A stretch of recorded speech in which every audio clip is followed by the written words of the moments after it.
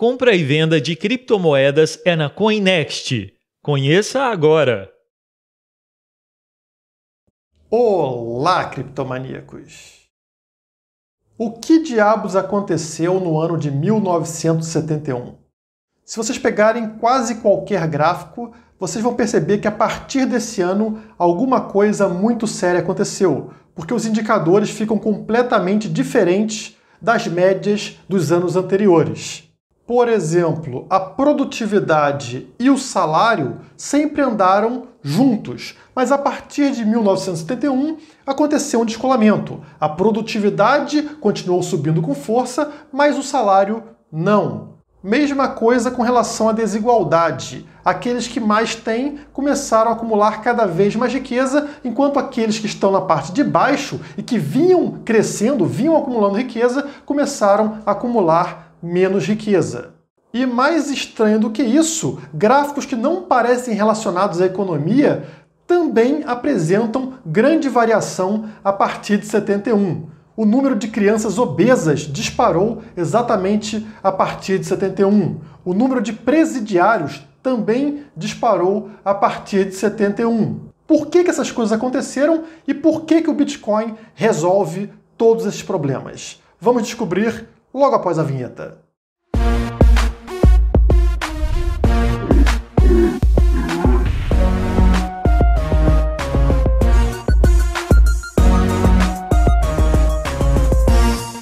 Em destaque aqui para o vídeo de hoje, temos aqui o livro Desestatização do Dinheiro, do Hayek. E também a canequinha Don't Tread on My Money, não pise no meu dinheiro. Tá aqui a cobra libertária ao redor do nosso famoso Bitcoin.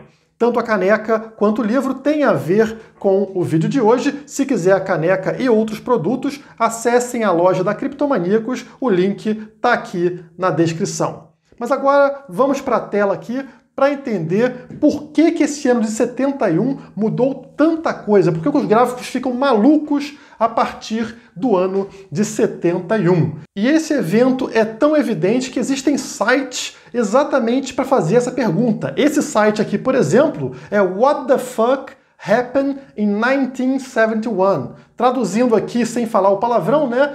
O que diabos aconteceu em 1971?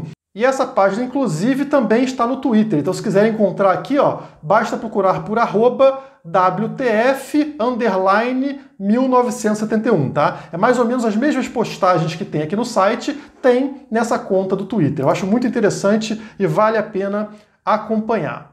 Bom, esse site traz diversos gráficos mostrando que, a partir de 71, tudo ficou diferente. Tudo mudou e mudou para pior. Então, vamos entender primeiro o que aconteceu no ano de 1971.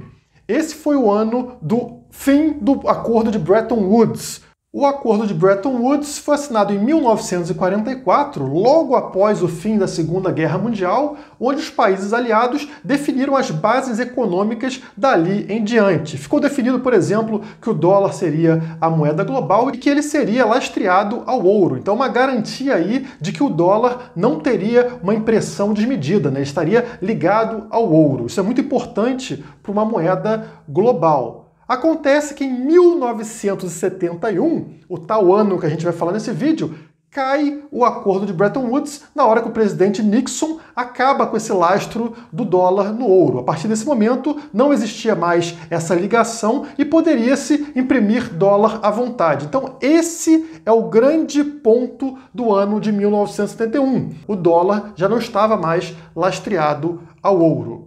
Como vocês sabem, os economistas keynesianos falam que isso não tem problema. Imprimir moeda não gera inflação, não gera problemas econômicos, tudo fica bem. Será mesmo? Vamos analisar os gráficos para verificar se isso é verdade. Todos os gráficos aqui possuem as fontes, a maior parte das fontes, inclusive, é do próprio governo americano, tá? São todos aqui indicadores dos Estados Unidos, já que a gente não tem informações confiáveis ligadas ao Brasil, né? Mas é basicamente a mesma coisa. O que acontece nos Estados Unidos acontece para o restante do mundo na maioria das vezes, né? Aqui a gente está falando de dólar e o dólar é a moeda global. O primeiro gráfico que a gente tem é o crescimento da produtividade e do salário desde 1948. Percebam que interessante. produtividade e salário andavam juntos. Olha aqui, 1948 até 1971 exatamente, os dois índices andavam juntos, produtividade e salário. Mas exatamente a partir de 71, olha o que aconteceu. A produtividade continuou subindo no mesmo ritmo, enquanto o salário estabilizou. Ele subiu muito pouco de 71 até hoje, né? Então aqui no final do período consolidado, desde 48 até 2017, o salário subiu 115%, a produtividade 246%. Por que parou de acompanhar? Bom, se a gente sabe que agora o dólar não está mais lastreado ao ouro e o governo americano começa a imprimir dólar de maneira desmedida, ou seja, começa a gerar inflação, alguém vai ter que pagar por essa conta. E quem vai pagar por essa conta são os trabalhadores. Então, o reflexo está nesse gráfico. A produtividade está subindo, mas o salário não tem como acompanhar, porque parte desse ganho que seria do trabalhador está indo para o governo. Na hora que ele imprime esse dinheiro, o dinheiro fica para o governo e sai da mão do trabalhador. O gráfico na sequência fala basicamente a mesma coisa. Aqui você tem o GDP, que é o PIB, né, o Produto Interno Bruto, ou seja, a produtividade de um país, contra salários. Então, essas duas primeiras linhas, né, essa azul aqui e essa verde, medem o PIB, Produto Interno Bruto do país, enquanto essas duas últimas linhas aqui medem o salário, tá? São bases diferentes, mas as duas primeiras são PIB, as duas últimas são salário. Percebam que de 48 até 71, todas as linhas andavam juntas. Depois de 71, a produtividade sobe, né? O PIB continua subindo, enquanto os salários andam na horizontal aqui, ó. Praticamente não tem alteração desde então. Mesma coisa que a gente falou acima. Vamos descer aqui que tem muito mais informação interessante, tá? Como, por exemplo, essa aqui que mede o preço ao consumidor, tá? O índice de preços ao consumidor. É como se fosse o nosso IPCA aqui no Brasil, né? Percebam que desde lá de 1775, o preço ao consumidor, ele mantém aqui na mesma faixa, né? Fica ali entre 1 e 2, né? Fica sempre próximo ali. As guerras aumentam um pouco o custo para o consumidor, mas sempre foi aqui numa média entre 1 e 2. Aqui na Primeira e Segunda Guerra, um aumento do custo de vida para o consumidor, e depois de 71, que é exatamente essa linha vermelha aqui, ó, 1971, olha o que acontece com o custo para o consumidor. Ele dispara absurdamente. Isso é reflexo do fim desse lastro do dólar no ouro. Agora o governo americano não tinha mais responsabilidade monetária, podia imprimir à vontade e passar esse custo para o consumidor. O reflexo é o que a gente vê nesse gráfico aqui. Embaixo, outro gráfico interessante que mostra aqui o custo de eletricidade e comida, tá? Notem que de 51 aqui no gráfico até 71, todos os custos mantêm um padrão aqui de aumento muito baixo, né? Sobe pouco ano a ano, quase zero de inflação até o ano de 71. A partir exatamente de 71, quando cai esse lastro com ouro, olha o que acontece com o custo de eletricidade, que é essa linha verde aqui, e com o custo de alimentação, que é essa linha azul. Ambos disparam tremendamente desde então. Vemos o mesmo fenômeno ocorrendo com o preço de moradia. Então aqui vocês têm o preço médio de casas em Nova York, que é essa linha azul, e o preço médio de casa em Boston, que é essa linha amarela. Notem que a partir de 71, onde está essa seta vermelha, os preços disparam absurdamente. Fica muito mais caro você comprar uma casa. Mas e o ganho e o salário das pessoas que são proprietárias dessas casas? Será que subiu também na mesma proporção? Vejam que não. O salário em Nova York é a linha vermelha, o salário dessas pessoas em Boston é a linha cinza, né? A linha preta aqui. Então percebam que o salário sobe muito pouco desde 71, enquanto o preço de moradia dispara. Mesma coisa que a gente comentou anteriormente. E se isso ainda não te convenceu, temos outros gráficos. Esses aqui mostram os episódios de hiperinflação na história, tá? Então, por exemplo, esse primeiro caixote aqui, azulzinho claro, ele marca o período da Primeira Grande Guerra Mundial. E essas marcações amarelas e laranjas aqui, elas mostram o tempo que demorou para o preço dobrar em determinado país, tá? Então, quando é uma caixinha aqui marcada na cor amarela, significa que demorou semanas para o preço dobrar. Quando está marcado na cor laranja, demorou somente dias para o preço dobrar. Essas caixinhas vermelhas que vocês veem mais para frente, significa que o preço dobrava em questão de horas. Tudo bem, aqui nesse primeiro período, entre 1916 e 1921, na Primeira Guerra, a gente teve aqui vários países aqui na Europa dobrando preços, geralmente em questão de semanas. Esse segundo quadro aqui, no azul mais escuro, marca o período da Segunda Guerra. Aqui você já percebe alguns países aqui com caixas vermelhas, significando que eles dobravam de preços em questão de horas. Então, realmente, uma inflação muito forte, né? Mas foram poucos países na Europa e alguns países na Ásia. Já aqui nesse caixote, a partir de 1971 e até 1996, é o período da Guerra Fria e também o período do fim do Bretton Woods, ou seja, acaba o lastro do dólar no ouro. Percebam que esse é o período onde mais caixinhas amarelas, vermelhas, laranjas aparecem, significando que vários países aqui dobram de preço a cada hora, a cada dia, a cada semana. Então, praticamente no mundo inteiro, vocês observam uma inflação absurda a partir de 1971.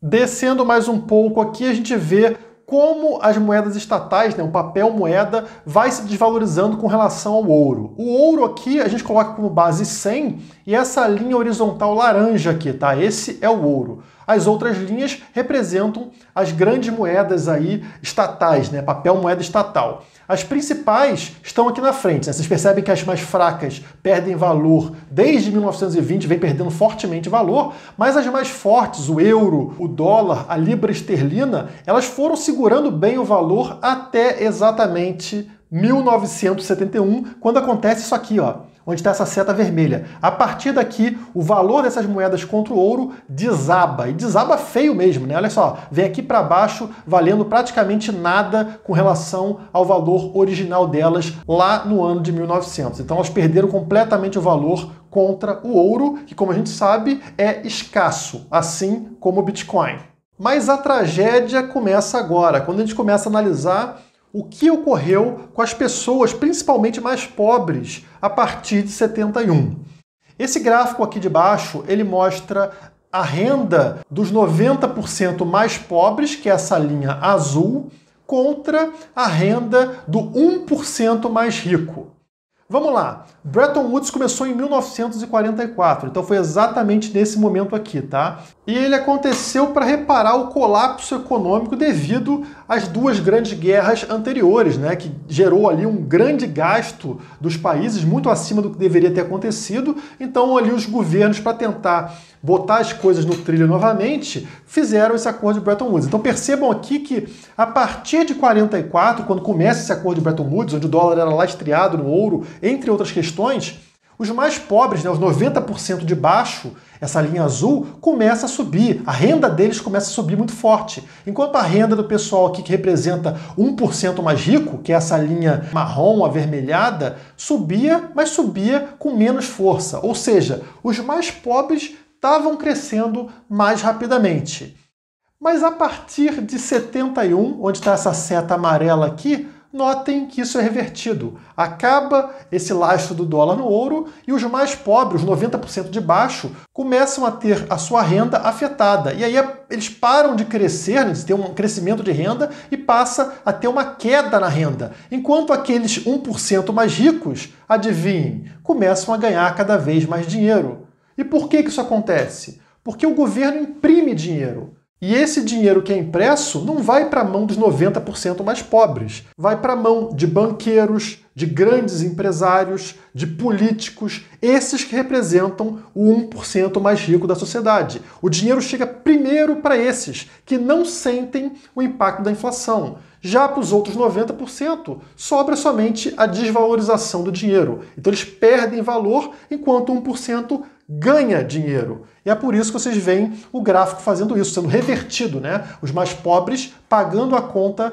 para salvar os mais ricos. É um completo absurdo, um despropósito total, e é a função do Estado. O Estado serve para isso, para enriquecer os seus amigos, quem faz parte ali do Estado, dessa estrutura estatal, às custas dos mais pobres. E o resultado disso aparece no gráfico aqui embaixo, que mostra a desigualdade nos Estados Unidos, tá? Esse é um gráfico de desigualdade. O Fed, que é o Banco Central Americano, foi criado aqui em 1913. E a partir da fundação do Banco Central Americano, vocês veem esse gráfico de desigualdade disparar. Então ele sai aqui de 40% e vai lá até os 50%, tá? Então tá mais desigual com a criação do Banco Central Americano. Claro, o Banco Central Americano vai imprimir dinheirinho para os amigos do governo, para os amigos do Estado. Só que a partir do Bretton Woods, que é essa parte azul aqui, né, começa em 1944, como eu falei com vocês, a gente tem o Gold Standard, o padrão ouro. A partir de então, existe um padrão ouro. E o que acontece com a desigualdade? Ela sai lá dos 50% e desaba aqui para o patamar de 32%, 33%, tá? Então cai muito a desigualdade. E ela se mantém estável nesse patamar baixo até 71. Exatamente 71, quando acaba o padrão ouro, quando não existe mais esse lastro no ouro, o que acontece com a desigualdade, vocês percebem aqui. Aí dispara aqui dos 30 e poucos por cento até bater novamente nos 50%. Então, sim, o fim do padrão ouro serviu muito ao Estado e aos seus amigos, botando dinheiro na mão de quem é rico e tirando dinheiro de quem é pobre. E é isso que vocês percebem nesse gráfico menor aqui embaixo. Olha só, aqui mostra o top 0,5% do mundo, né? O 0,5% mais rico, que é essa linha amarela, e aqui o top 1% do mundo, que é essa linha vermelha. Percebam que a concentração de dinheiro nesse grupo de 1% mais ricos vinha caindo desde o acordo de Bretton Woods ali na década de 40. Então eles foram perdendo concentração, né? Parou de ter aqui 25% da riqueza mundial e isso caiu até mais ou menos 7% da riqueza mundial. Então esse grupo perdeu concentração de riqueza de 25% para 7%. E exatamente em 71, com o fim do padrão ouro, eles voltam a ter concentração de renda, saindo aqui dos 7% e disparando até lá acima dos 20% de concentração de riqueza mundial. E se o governo está imprimindo moeda e gerando dívida para você, a sua dívida deve estar crescendo, né? Essa dívida não é sua, mas o governo vai falar que é. Esse gráfico mostra isso. Essa parte rosa aqui indica o percentual do PIB de dívida pública, né? Então percebam que sempre que a gente tem uma guerra, essa dívida vai para você. Então aqui Civil War, né, a Guerra Civil Americana, percebam que a dívida aqui com relação ao PIB sobe para 30 e tantos, quase 40% do PIB americano. Primeira Guerra Mundial, mesma coisa, sobe aqui para próximo de 40% do PIB. Depois da Segunda Grande Guerra Mundial, sobe para 100% do PIB. E agora a gente está aqui, ó, passando dos 100% de PIB e o projetado lá para 2030, 2040 é 140%, 160% do PIB americano. Toda essa dívida o governo imprime e passa para a gente. E quando você está endividado, você precisa trabalhar mais para conseguir comprar as mesmas coisas. Esse gráfico aqui embaixo, por exemplo, ele mostra o número de horas trabalhadas necessárias para você comprar o índice S&P 500, né, que é o índice de ações nos Estados Unidos. Percebam que desde 1860 sempre foram necessárias em torno de 20 a 30 horas para você comprar esse índice de ações dos Estados Unidos. Só que a partir de 71, exatamente, o que acontece é que você precisa de muito mais horas trabalhadas para comprar o mesmo índice de ações. Ao invés de você precisar dessa média aqui de 30 horas trabalhadas, agora você precisa de 120 horas trabalhadas para comprar o índice de ações dos Estados Unidos. E quem trabalha dessa forma, ralando feio para pagar dívida, não tem dinheiro para fazer poupança. E esse gráfico aqui embaixo mostra exatamente isso. Percebam que o índice de poupança dos americanos, ele veio subindo até 71. Aqui em 70, ó, a gente tinha um índice de poupança próximo dos 12%, mais ou menos, né? 12, 13% aqui. E a partir de 71, adivinhem, começa a cair esse índice de poupança. Em 2008 ele chega aqui no nível mais baixo, né, em torno de 4%. Então saiu lá de 12%, foi para 4%, tá? As pessoas pararam de poupar, não tinham dinheiro para fazer poupança. A partir de 2008, com a crise, as pessoas com medo começaram a poupar um pouco mais, mas já voltou a cair novamente e agora a gente está aí com o índice de poupança ao redor dos 5%. E se os salários não sobem conforme a produtividade? O custo de vida está subindo e a poupança está caindo? O que a gente vai ver é, por exemplo, o índice de criminalidade disparar. Percebam aqui que o número de presidiários, né, por 100 mil habitantes subiu absurdamente exatamente a partir de 71. Então aqui tá o número de presidiários por 100 mil habitantes, essa linha vermelha, percebam que era sempre ao redor de 100 presidiários por 100 mil habitantes. Isso desde 1925, tá? Então foi de 1925 até 71, sempre ficou ao redor de 100 presidiários por 100 mil habitantes. Exatamente a partir de 71, esse índice dispara e bate aqui nos 500 presidiários por 100 mil habitantes. 5 vezes mais. Por quê? Porque pessoas vão recorrer ao crime. Se não tem dinheiro, não tem salário, o custo de vida está mais alto, as pessoas acabam roubando, assaltando, enfim, entrando para as drogas, para vender droga e vão ser presas. Então esse indicador só mostra um reflexo do que o Estado faz com a gente, tá? E outros reflexos do tipo número de jovens adultos, né, entre 25 e 29 anos de idade, ainda morando com os pais ou avós. Então percebam que desde lá de 44, né, quando a gente teve o acordo de Bretton Woods, esse número foi caindo, né, esse índice foi caindo, e a gente tinha somente aqui ao redor de 12% dos jovens adultos vivendo com os pais nessa faixa etária. E a partir de 71, esse índice dispara e atualmente a gente tem aí mais de 30% das pessoas dessa faixa etária vivendo com os pais ou com os avós. Por quê? Porque não tem dinheiro, não tem capacidade de se sustentar sozinho, depende de ficar com a geração anterior para sobreviver. Que é o mesmo reflexo que a gente vê aqui embaixo na idade do primeiro casamento. As pessoas começaram a casar próximo aos 20 anos de idade, só que em 71 ficou mais difícil sobreviver, se tornar um adulto, e aí começaram a casar cada vez mais tarde, atualmente aqui na faixa dos 30 anos de idade. Então saiu lá da faixa dos 20 e passou para a faixa dos 30 anos de idade. Aqui embaixo também, índice de divórcios, né? Você tinha aqui um índice de divórcios ao redor de 5% e ele disparou aqui para algumas faixas etárias até 25%. Sem dinheiro, as pessoas têm mais dificuldade de ficarem casadas. Vai ter mais briga, mais conflito entre casal e esses casais se separam. Outro reflexo inesperado de 1971, do fim do padrão ouro. Outra relação inesperada do fim do padrão ouro é o aumento da obesidade infantil. Percebam aqui que sempre ficou em torno de 5% até a década de 70, e de 71 para frente as crianças começaram a engordar. E por que isso acontece? Bom, se as pessoas têm menos dinheiro para se alimentar, elas vão recorrer a alimentos menos saudáveis, mais baratos, né? Tem a produção ali industrializada. E aí acontece um aumento absurdo aqui, saindo desses 5% e batendo lá em 20% das crianças americanas obesas.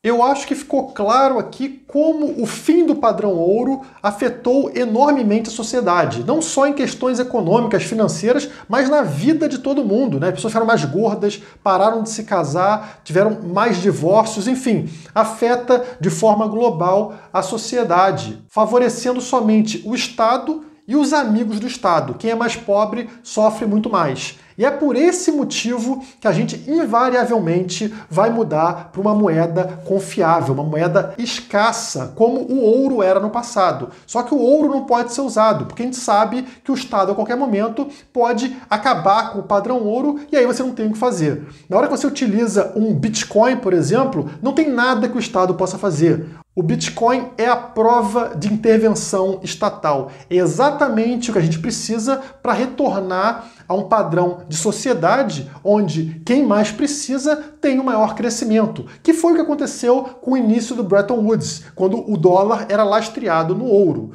Então agora a gente precisa acabar com essas moedas estatais, acabar com esse padrão dólar e iniciar um padrão Bitcoin. Como eu falei para vocês em outro vídeo, quem não viu, por favor veja, é um vídeo muito importante aqui do canal e que mostra por que o Bitcoin substituirá o dólar como moeda de reserva mundial, tá? Então vejam esse vídeo, já teve 18 mil visualizações, é um vídeo muito importante para você entender como esses ciclos econômicos acontecem. Antes do dólar foi a libra esterlina, a Inglaterra era o grande país e fez o mesmo erro dos Estados Unidos. Tirou o lastro do ouro, perdeu completamente o sentido e teve que ter essa alteração para o dólar lastreado em ouro. Agora, com o fim do Bretton Woods, os Estados Unidos cometem o mesmo erro das potências econômicas anteriores, tirando esse lastro do ouro e gerando todas essas crises que a gente está passando nesse momento. Portanto, agora basta aguardarmos o colapso desse sistema econômico vigente, que vai acontecer. É impossível você manter um sistema econômico onde a dívida vai crescendo nesse patamar, chega uma hora que ninguém consegue mais pagar essa dívida, ele vai colapsar e aí é o momento onde veremos o Bitcoin nascer como solução para os problemas econômicos.